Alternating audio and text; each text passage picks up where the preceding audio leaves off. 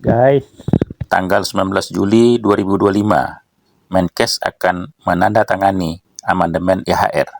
Setelah mendengar pernyataan ini, apakah Anda setuju atau menolak penandatanganan itu? Peringatan darurat, peringatan darurat, peringatan darurat, peringatan darurat, tolak perjanjian amandemen IHR. Peringatan darurat. Tanggal 19 Juli tahun 2025 Menteri Kesehatan akan menyetujui amandemen Peraturan Kesehatan Internasional atau disebut amandemen IHR.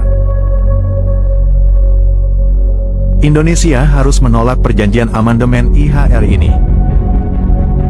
10 alasan utama menolak amandemen IHR. Alasan pertama, definisi baru dari produk kesehatan yang relevan, tidak disebutkan tentang vitamin, mineral, herbal, pengobatan homeopati, atau pengobatan alternatif. Hanya obat-obat farmasi dan terapi berbasis gen dan sel yang dipakai. Jadi ini hanya menguntungkan Big Pharma saja. Jadi Anda tidak bisa menggunakan herbal dan pengobatan alternatif.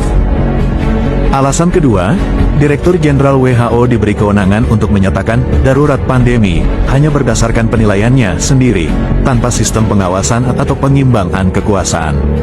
Negara tidak punya prosedur untuk membatalkan keputusan tersebut.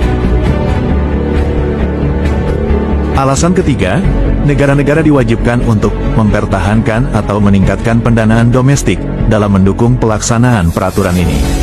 Tidak ada kejelasan besar biayanya, dan WHO tidak punya kewajiban mempertanggungjawabkan hasilnya. Apa kita harus hutang lagi? Alasan keempat, mekanisme keuangan terpusat dan terkoordinasi oleh WHO, ini membuat pendanaan ke WHO secara terselubung, dan WHO bukan lembaga keuangan.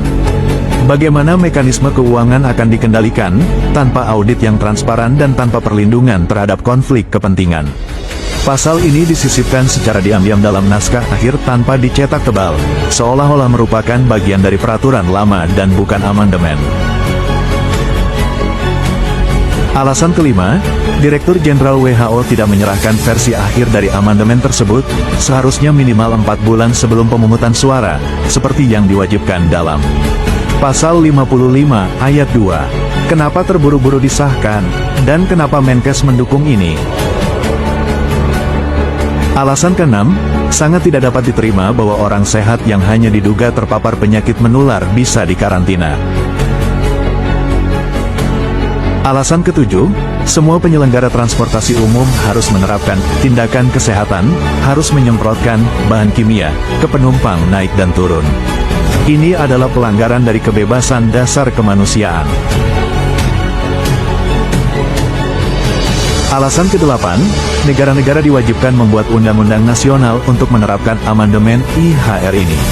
Indonesia sudah menerapkan dalam Omnibus Law Kesehatan kebijakan yang sangat otoriter dan mengganggu kebebasan sipil.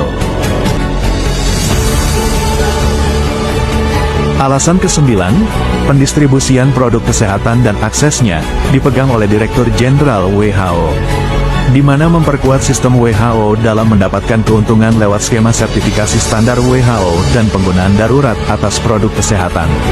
Negara akan dibuat bergantung dengan WHO, dan WHO mengontrol pasar. Alasan ke-10, menodai hak asasi manusia, memaksa warga atau pelancong menjalani vaksinasi atau tindakan pencegahan lainnya, seperti karantina atau isolasi diri. Tidak ada prosedur bagi menolak dan tidak ada prosedur persetujuan individu, artinya seseorang bisa dipaksa vaksin atau menerima perlakuan medis dari WHO.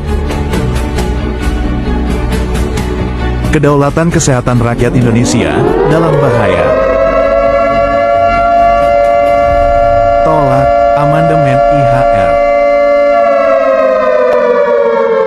Guys, setelah mendengar uraian tadi, apakah Anda setuju atau menolak? Silakan komen di kolom komentar. Jangan lupa like dan subscribe.